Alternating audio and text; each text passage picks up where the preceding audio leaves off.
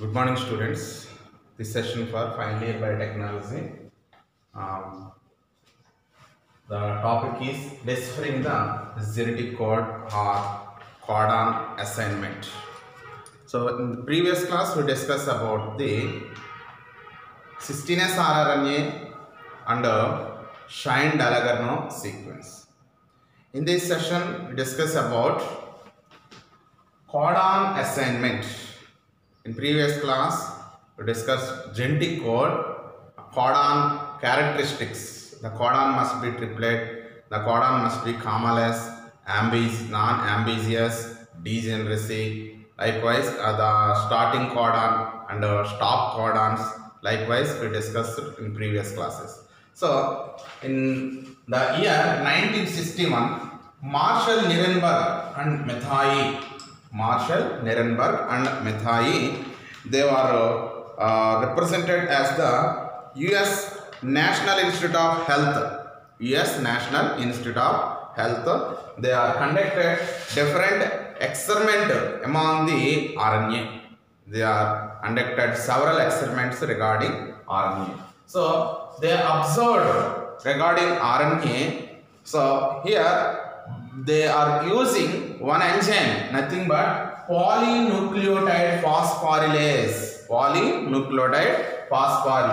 In this polynucleotide phosphorylase is the bifunctional enzyme. It is the bifunctional enzyme. It having two type of features for phosphorylation of mRNA processing. So mRNA strand మీద ఈ phosphates అన్నిటిని కూడా అంటే ఇక్కడ ఉండేటటువంటి nucleotides అన్నిటిని ఒకదానితో ఒకటి బైండ్ చేయడానికి ఈ ఫాస్ఫోరిలేషన్ లో యూజ్ చేసేటటువంటి ఎంజైమ్ గా మనకి ఇది ఫాస్ఫోరిలేజ్ అనే ఎంజైమ్ అనేటటువంటిది యూజ్ అవుతుంది. So the first one 3' to 5' exo ribonucleotide activity. First activity is the 3' to 5' exo ribonucleotide activity. So here the activity must two parts. First one is the exonuclease activity and the endonuclease activity. Exo means external అంటే terminal sites లో ఉండేటటువంటి nucleotides ఏమైనా bind కాకపోతే వాటిని bind చేసుకోవడానికి use చేసేటటువంటి రైబోన్యూక్లియోటైడ్ activity అనేటటువంటి దాన్ని exo ribonucleotide. Endo means in the fragment, that means inside the fragment. So ఇవి మళ్ళీ మనకి రిస్ట్రిక్షన్ ఎంజైమ్స్ దగ్గర మళ్ళీ రిపీట్ చేస్తాం. రిస్ట్రిక్షన్ ఎంజైమ్స్ లో మనకి స్మిత్ అండ్ నాథన్స్ ఇద్దరు కలిసి type of restriction enzymes, they are nothing but molecular scissors or molecular scalpels or molecular knives అనేటటువంటి మనకి ప్రొడ్యూస్ అవుతాయి. So among these restriction enzymes, so here we can explain the 3' to 5' exoribonucleotide activity. 3' to 5' exoribonucleotide activity, and second one is the 3' terminal oligonucleotide polymerase activity. 3' terminal means end of the fragment. So in terminal oligonucleotides are nothing but oligomers. They are amplifiers. So ఈ amplifiers అనేటటువంటివి ఎలా ఉంటాయంటే, so they are dideoxynucleotide triphosphate like adenine triphosphate, guanine triphosphate, cytosine triphosphate, then మనకి uracil triphosphate. ఇక్కడ thymidine అనేటటువంటిది ఉండదు. In the case of RNA కాబట్టి RNA itself here thymidine is replaced by uracil. That's why here DNTPs are used. These DNTPs are nothing but oligonucleotides. These oligonucleotides having the polymerization activity. Polymerization activity means one nucleotide to formation of another nucleotide. So likewise the polypeptide chain will produce by the activity of enzyme is nothing but polynucleotide. అంటే nucleotides అన్నిటిని together అన్నిటిని కూడా strong చేస్తూ వాటి మధ్యన ఏం చేస్తుందంటే phosphorylation అంటే ఒక ఫాస్ఫేట్ ఇంకో ఫాస్ఫేట్ కి మధ్యన బాండింగ్ అనేటటువంటిది ఫామ్ చేసుకుని వాటి యొక్క పొలిమరైజేషన్ అనేటటువంటిది లేదంటే దానికి ఉండేటటువంటి స్ట్రెంగ్త్ ఏం చేసుకుంటుందంటే ఇంప్రూవ్ చేసుకుంటూ ఒక న్యూక్లియోటైడ్కి ఇంకో న్యూక్లియోటైడ్కి ఈ చైనింగ్ అనేటటువంటిది ఫామ్ చేస్తుంది. సో దీన్ని కోడాన్ అసైన్మెంట్, కోడాన్స్ని అన్నింటినీ కూడా ఏం చేస్తుందంటే ఫర్ ఎగ్జాంపుల్ ఇక్కడ మనకి రిపిటేషన్ అనేటటువంటిది కనిపిస్తుందండి. సిమిలర్ న్యూక్లియోటైడ్స్ అనేటటువంటి మనకి ఇక్కడ కనిపిస్తాయి, సేమ్ టైప్ ఆఫ్ న్యూక్లియోటైడ్స్ అనేటటువంటి మనకు కనిపిస్తాయి. ఫర్ ఎగ్జాంపుల్ ఇక్కడ వచ్చేటటువంటివి ఏంటంటే ఏదో పాలియు అంటే ఇలా యురాసిల్ రెసిడ్యూస్ అనేటటువంటిది ప్రొడ్యూస్ అవుతుంది, లేదంటే పాలి సి అనేటటువంటిది మనకి ప్రొడ్యూస్ అవుతుంది.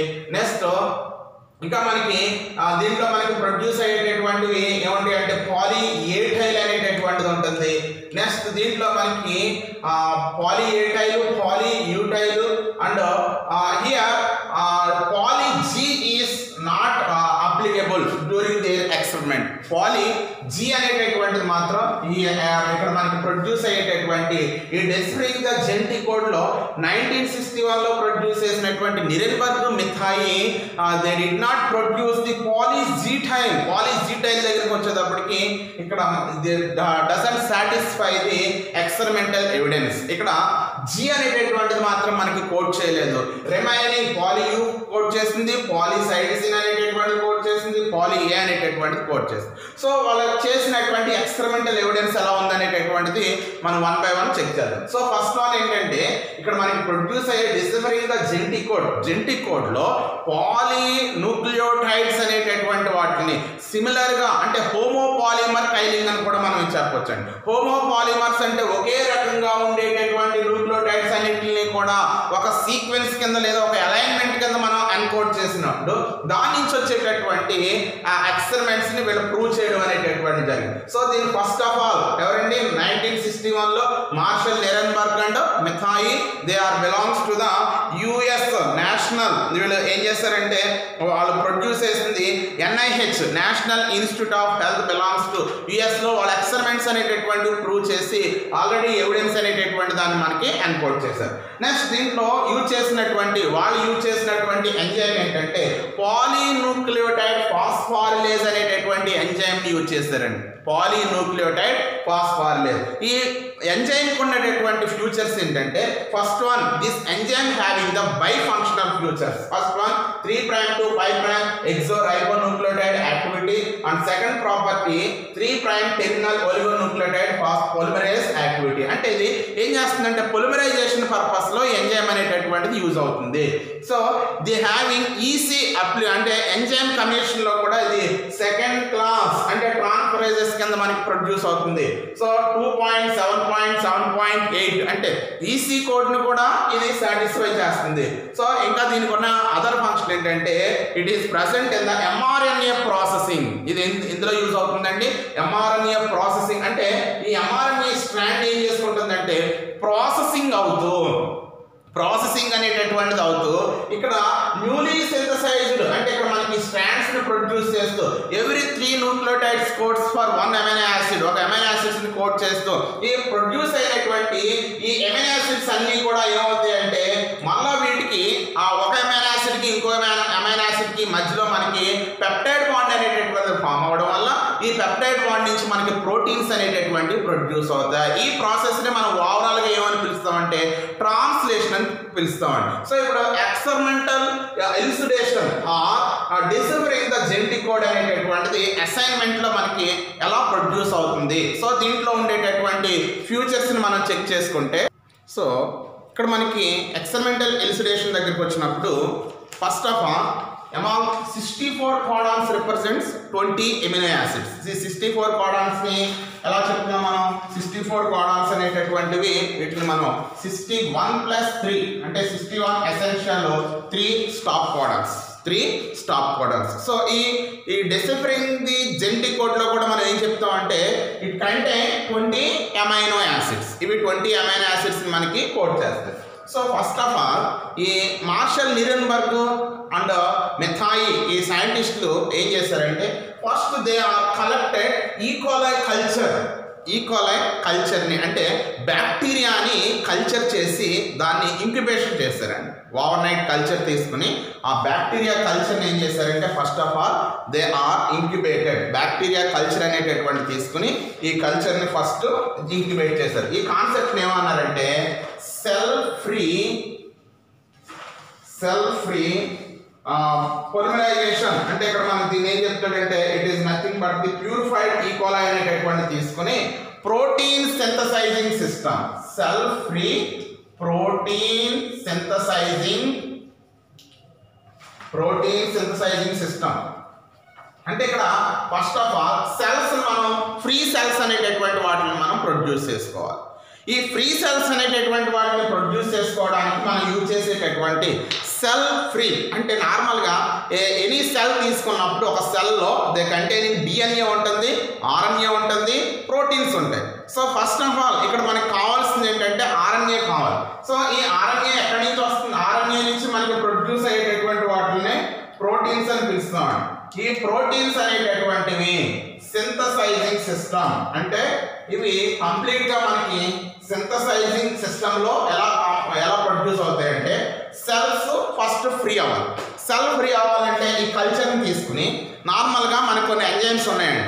ఈ ఎంజైమ్స్ లో డిఎన్ఏస్ అనే ఎంజైమ్ యూజ్ చేసినప్పుడు ఈ డిఎన్ఏస్ అనేది కల్చర్కి యాడ్ చేస్తే ఫస్ట్ డిఎన్ఏ అనేది డిగ్రేడ్ అయిపోతుందండి. మనకు కావాల్సింది ఏంటి? ఇక్కడ ఆర్ఎన్ఏ అనేటటువంటిది కావాలి. ఈ ఆర్ఎన్ఏ కావాలి కాబట్టి ఇక్కడ యూజ్ చేసే ఎంజైమ్ ఏంటంటే డిఎన్ఏస్. ఈ డిఎన్ఏస్ అనేది ఎప్పుడైతే వేస్తామో ఇక్కడ డిఎన్ఏ అనేది కంప్లీట్ గా డిగ్రేడ్ అయిపోతుంది. సో ఆ వచ్చినటువంటి సెంట్రిఫ్యూజ్ చేసినటువంటి ఆ పార్టికల్ లో మనకి ఇక్కడ ఏముంటాయంటే కంటైన్ పెల్లెట్ అనేటటువంటిది ఉంటుంది. ఈ పెల్లెట్ కంటైన్ ఏదైతే మనం డిఎన్ఏస్ ని వేసినప్పుడు డిఎన్ఏ ఉండిపోయిందో ఆ డిఎన్ఏ అంతా ఇక్కడికి వచ్చేస్తుందండి, పెల్లెట్ ఫామ్ లోకి వచ్చేస్తుందండి. సెల్ లైసేట్ పెల్లెట్ లోకి వస్తుంది. సూపర్నేటెడ్ అంటే దీని పైన ఉండేటటువంటి యాక్వస్ ఫామ్ లో ఏముంటుంది?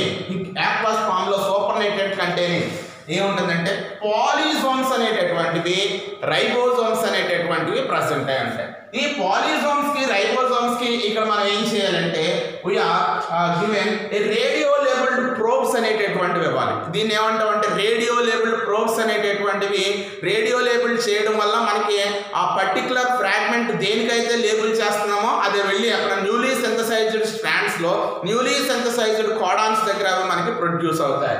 ఈ రేడియో లేబుల్డ్ ప్రోబ్ మనం తీసుకున్నది ఏంటంటే C14 అనేటటువంటి ఐసోటోప్ తీసుకుంటాం. నార్మల్ గా C14, C15, N14, N15, P32 ఇలా రేడియో లేబుల్ ప్రోబ్స్ అనేటటువంటి మనకి ఎక్కడ కనిపిస్తాయి అంటే they are present in the DNA as the genetic material. DNA genetic material దగ్గర semi conservative mode of DNA replication దగ్గర కూడా ప్రోబ్స్ యూజ్ చేస్తాం.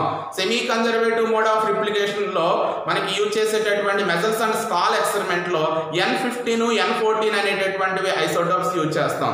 సో ఇక్కడ జెనెటిక్ మెటీరియల్ లో కూడా P32 అనేటటువంటి రేడియో ఐసోటోప్స్ యూజ్ చేస్తాం. ఇక్కడ యూజ్ చేసేటటువంటిది ఏంటంటే C14 అనేటటువంటి ఐసోటోప్స్ మనం యూజ్ చేస్తాం. ఇలా ఐసోటోప్స్ యూజ్ చేసిన తర్వాత here we are giving the charging of RNA. So ఇక్కడ మన ఛార్జింగ్ ఆఫ్ RNA ఏంటంటే ట్రాన్స్ఫర్ RNA, దాన్ని tRNA అంటున్నాం. ఇక్కడ ఎనర్జీ అనేటటువంటిది ప్రొడ్యూస్ అయ్యేది. ఆ ఎనర్జీ యూటిలైజేషన్ ఏ ఫామ్ లో ఇస్తామంటే ATP ఆర్ GTP. ఎనర్జీని ప్రొడ్యూస్ చేయడానికి ATP అండ్ GTP సోర్సెస్ అనేటటువంటివి యూజ్ చేస్తాం. సో ఇక్కడ మనకి ప్రొడ్యూస్ చేసేటప్పుడు ఫస్ట్ దే ఆర్ ఇంట్రడ్యూసింగ్ దేన్ని ఐడెంటిఫై చేశారంటే పాలీయూటైల్ అనేటటువంటిది ఫస్ట్ ఐడెంటిఫై చేశారు. ఈ పాలీయూటైల్ అనేటటువంటిది మనకి దేన్ని ప్రొడ్యూస్ చేస్తుందంటే యురాసిల్ రెసిడ్యూస్ అనేటటువంటిది ఫెనైల్ ఎలనైన్ ని కోడ్ చేస్తుందండి. ఫస్ట్ వచ్చేటటువంటిది పాలీయూటైల్ అనేటటువంటిది దేన్ని కోడ్ చేస్తుందంటే ఫెనైల్ ఎలనైన్ ని కోడ్ చేస్తుంది, పాలీయూటైల్. నెక్స్ట్ సెకండ్ చేసినటువంటిది ఏంటంటే పాలీఏటైల్. ఈ పాలీఏటైల్ అనేటటువంటిది ఇది లైసిన్ ని కోడ్ చేసిందండి. లైసిన్ పాలీఏటైల్ అనేటటువంటిది లైసిన్ కోడ్ చేసింది. నెక్స్ట్ ఇంకా రిమైనింగ్ పాలీసీటైల్. ఈ పాలీసీటైల్ అనేది జెనెటిక్ కోడ్ లో CCC దగ్గరికి వెళ్ళినప్పుడు ఇది మనకి కోడ్ చేసేది ప్రొలిన్ ని కోడ్ చేస్తుందండి. ఇక జి అనేటటువంటిది ఇక్కడ మనకి కోడ్ కాదు, జి అనేటటువంటిది మనకి దీని నుంచి కోడ్ కాదు. సో ఇక్కడ మనకి ఫస్ట్ ఆఫ్ ఆల్ ఏం చేస్తామంటే ఈకోలై సెల్స్ ఎక్స్ట్రాక్షన్ అంటే బ్యాక్టీరియా సెల్స్ అనేటటువంటిది ఫస్ట్ మనం ఓవర్ నైట్ కల్చర్ తీసుకోవాలి. ఓవర్ నైట్ కల్చర్ తీసుకున్న తర్వాత దాంట్లో ఉన్న డిఎన్ఏని డిగ్రేడ్ చేయాలి. ఎందుకంటే మనకు కావాల్సిన ప్రొడక్ట్ ఏంటంటే ఇక్కడ ఆర్ఎన్ఏ కావాలి.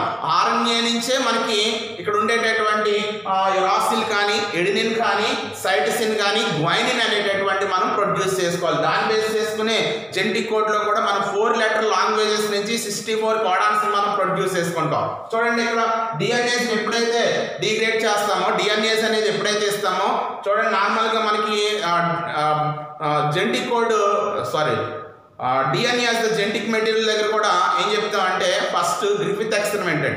గ్రిఫిత్ తర్వాత ఎవ్రీ మెక్లాయిడ్ ఎంసీ కార్టీ ఏం చెప్తారంటే అక్కడ తీసుకున్న ఐసోలేటెడ్ డిఎన్ఏ తీసుకున్నప్పుడు అక్కడ లాస్ట్కి వచ్చేటప్పటికి ఏం చేస్తామంటే ఎంజైమ్స్ యూజ్ చేస్తాం. ఫస్ట్ ఏం చేస్తామంటే ఆర్ఎన్ఏస్ అనే ఎంజైమ్ ఆర్ఎన్ఏని ఎలిమినేట్ చేస్తుందండి. ప్రోటీనేస్ అనే ఎంజైమ్ ప్రోటీన్ని డిగ్రేడ్ చేస్తుంది.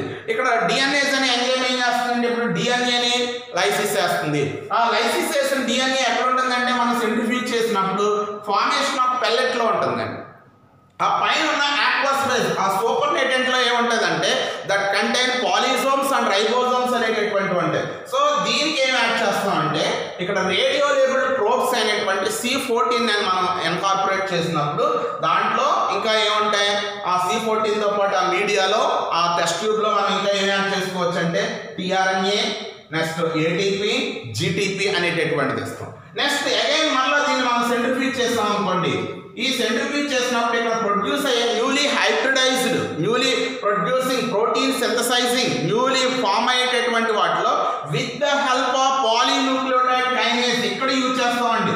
పాలీన్యూక్లియోటైడ్ కైనేజ్ అనే ఎంజైమ్ ఇక్కడ ఇక్కడ మనం యూజ్ చేసేటటువంటిది అంటే పాలీన్యూక్లియోటైడ్ ఎంజైమ్ ఫాస్ఫారిలేజ్ అంటే ఇక్కడ ఏం చేస్తుందంటే ఫాస్ఫారిలేజ్ అనే ఎంజైమ్ ఫాస్ఫారిలేషన్ చేస్తుంది. ఆల్రెడీ ఇందాక ముందు చెప్పుకున్నాం మనం 2 టైప్ ఆఫ్ రోల్స్ చేస్తుంది 3' to 5' ఎక్సో రైబోన్యూక్లియోటైడ్ యాక్టివిటీ. సో ఇది ఏం చేస్తుందంటే రైబోజోమ్స్ అన్నింటినీ కూడా ప్రాసెసింగ్ చేయడానికి యూజ్ అవుతుంది. ఈ ఎంజైమ్ వెళ్ళి ఇక్కడ ఉన్నటువంటి C14తో బైండ్ అయ్యి ఇక్కడ న్యూలీ సింథసైజ్డ్ హైబ్రిడ్ స్ట్రాండ్స్ ని ప్రొడ్యూస్ చేస్తుంది. ఈ ఎంజైమ్ సిమిలర్ గా ఉండేటటువంటి హోమోపాలిమర్స్ మాత్రమే కోడ్ చేస్తుంది. ఆ హోమోపాలిమర్స్ ఏంటంటే ఫస్ట్ పాలీయూటైల్ ఏంటంటే పాలీయూటైల్ అంటే అన్ని కూడా యురాసిల్ రెసిడ్యూస్ అనేటటువంటివి more number of uracil residues కనిపిస్తాయి. అన్ని యూలేనే అంటే ఇక్కడ యురాసిల్ పాలీయూ అంటే ఇది కోడ్ చేసింది ఫెనైల్ ఎలనైన్ మళ్ళీ యూయూ ఫెనైల్ ఎలనైన్ అగైన్ మళ్ళీ యూయూ అంటే ఫెనైల్ ఎలనైన్ ని కోడ్ చేస్తుంది. సెకండ్ది పాలీఏటైల్ అన్ని ఏలో ఉన్నాయంటే ఏం చేస్తుందంటే ఎడినిన్ రెసిడ్యూస్ అనేది లైసిన్ కోడ్ చేస్తుంది. ఇక్కడ కూడా లైసిన్ కోడ్ చేస్తుంది. పాలీసీటైల్ దగ్గరికి వస్తే ఇదేం చేస్తుందంటే ప్రొలిన్ ని కోడ్ చేస్తుందండి. But they did not explain about the guanine residues. ఇక్కడ వీళ్ళు ఏంటంటే దీంట్లో మనకి ఈ గ్వైనిన్ రెసిడ్యూస్ అనేది పాలియూ ఎక్స్పెరిమెంట్ డేటా అనేటటువంటి దాంట్లో ఈ గ్వైనిన్ రెసిడ్యూస్ అనేటటువంటిది మాత్రం వీళ్ళు ఎక్స్ప్లెయిన్ అనేటటువంటిది లేదు. ఎందుకంటే so similar experiments with poly G were not successful because it attain secondary structure. అదేమవుతుందంటే గ్వైనిన్ అనేది సెకండరీ స్ట్రక్చర్ కింద ఫామ్ అవ్వడం వల్ల ఇక్కడ పాలీజీ అనేటటువంటిది మనకు కనిపించదు. ఎక్సెప్ట్ గ్వైనిన్ రెసిడ్యూస్ రిమైనింగ్ పాలీయూటైల్ పాలీఏటైల్ పాలీసీటైల్ ఇక్కడ ఏం చేస్తామంటే పొలిమరైజేషన్ లో ఇన్వాల్వ్ అయ్యేటటువంటి సింగిల్ టైప్ ఆఫ్ న్యూక్లియోటైడ్స్ మాత్రమే మనకి ఇక్కడ కనిపిస్తాయి. అలా కనిపించేటటువంటివే ఈ డిసిఫరింగ్ ఆఫ్ ది జెనెటిక్ కోడ్ అని చెప్తాం. లేదంటే యూజ్ చేసేటటువంటి కోడాన్ అసైన్మెంట్ ఇవన్నీ కోడాన్ ఒకే రకంగా ఉండేటటువంటి కోడాన్. ఇది ఎస్ఐ క్వశ్చన్కి వస్తుందండి మీకు ఒకే రకంగా ఉండే కోడాన్. సో దీనికి మీ నోట్స్లో కూడా ఆల్రెడీ మెటీరియల్ అనేది ఆల్రెడీ మీకు జిరాక్స్ షాప్లో మెటీరియల్ ఉంటుంది. సో మెటీరియల్ మీరు తీసుకోవచ్చు. సో దీంట్లో ఫస్ట్ ఎక్స్పెరిమెంటల్ ఎలిసిడేషన్ అనేటటువంటి దాంట్లో 20 అమైనో యాసిడ్స్ 64 కోడాన్స్ ఈ 64 కోడాన్స్ని 20 అమైనో యాసిడ్స్ అనేటటువంటి డిటర్మైన్ చేస్తాం. దీన్ని మార్షల్ నిరెన్బర్గ్ మిథాయి హర్గోవింద్ ఖరోనా వీళ్ళ ముగ్గురు కలిపి చేశారు. ఈ కాన్సెప్ట్ని ఏమని పిలుస్తామంటే cell free protein synthesizing system. So they contain దీంట్లో ఏమి ఉంటాయి, రైబోజోమ్స్ ఉంటాయి, టీఆర్ఎన్ఏ ఉంటుంది, అమైనో యాసిడ్స్ అటాచ్మెంట్ అయి ఉంటాయి, necessary protein factors, polypeptide synthesis అనేటటువంటి దీంట్లో కనిపిస్తుంది. ఈ కాన్సెప్ట్ని cell free protein synthesizing system అని, దీన్ని అసెంబ్లీ చేయడానికి ఐసోలేటెడ్ ప్యూరిఫైడ్ ఫార్మ్ ఆఫ్ ఈ కోలై అనేటటువంటిది మనం తీసుకుంటాం. ఈ కోలైని ఫస్ట్ కలెక్ట్ చేసిన తర్వాత కల్చర్ కలెక్ట్ చేసి దానికి డిఎన్ఏస్ అనేది యాడ్ చేస్తాం. డిఎన్ఏస్ యాడ్ చేసిన తర్వాత అది సెల్ లైసేట్ ఫామ్ అవుతుంది, పెల్లెట్ అనేటటువంటిది ప్రొడ్యూస్ అవుతుంది. పెల్లెట్ కంటైనింగ్ డిఎన్ఏ ఉంటుంది. సో పైన ఉండే యాక్వస్ సూపర్నేటెంట్లో పాలిజోమ్స్ రైబోజోమ్స్ ఉంటాయి. దానికి ఏం చేస్తాం అంటే రేడియో లేబుల్డ్ ప్రోబ్ అనేటటువంటిది యాడ్ చేయాలి. ఈ రేడియో లేబుల్డ్ ప్రోబ్లో C14 అనేటటువంటిది బైండ్ అయి ఉంటుంది. సో ఇది రేడియోగ్రఫీ చేయడానికి, ఆటో రేడియోగ్రఫీ చేయడానికి ఇన్వాల్వ్ అవుతుంది. అంటే టీఆర్ఎన్ఏ ఉంటుంది, ఏటీపీ ఛార్జింగ్ అనేటటువంటిది, ఇక్కడ ఎనర్జీ రిసోర్సెస్ అనేటటువంటిది ఫార్మేషన్ ఆఫ్ ఏటీపీ ఉంటుంది, గ్వానిన్ ట్రైఫాస్ఫేట్స్ అనేటటువంటివి కూడా దీంట్లో పై ఉంటుంది. సో దీనికి ఇచ్చేటటువంటి ఎంజైమ్నే ఫాస్ఫారిలేజ్ అనేటటువంటి ఎంజైమ్ని యూజ్ చేస్తాం. ఈ ఫాస్ఫారిలేజ్లో 2 kinds ఆఫ్ యాక్టివిటీస్ ఉంటాయి. ఒకటి 3' to 5' exonuclease activity and second one is the ribosomal binding, అంటే రైబోజోమల్ ప్రాసెసింగ్లో యూజ్ అయ్యేటటువంటి యాక్టివిటీ అనేది దీంట్లో ప్రజెంట్ అయి ఉంటుంది. సో ఇక్కడ మనకి ప్రొడ్యూస్ అయ్యేటటువంటి ఈ సెంట్రిఫికేషన్ ట్యూబ్లో కనుక తీసుకుంటే ప్రోటీన్ ఫ్రాక్షన్స్ అనేటటువంటి పెల్లెట్ ఫామ్లోను, ఫ్రీ అమైనో యాసిడ్స్ అంటే ఇక్కడ మనకి ప్రొడ్యూస్ అయినటువంటి అమైనో యాసిడ్స్ అనేటటువంటివి ఇలా మనకి న్యూలీ సింథసైజ్డ్ హైబ్రిడ్స్ అనేవి ప్రొడ్యూస్ అవుతాయి. ఈ హైబ్రిడ్స్లో poly U tail containing phenylalanine, poly A tail containing lysine and poly C tail contain proline. ఇది ఎస్ఐ క్వశ్చన్ అండి. ఓకేనా? Thank you students.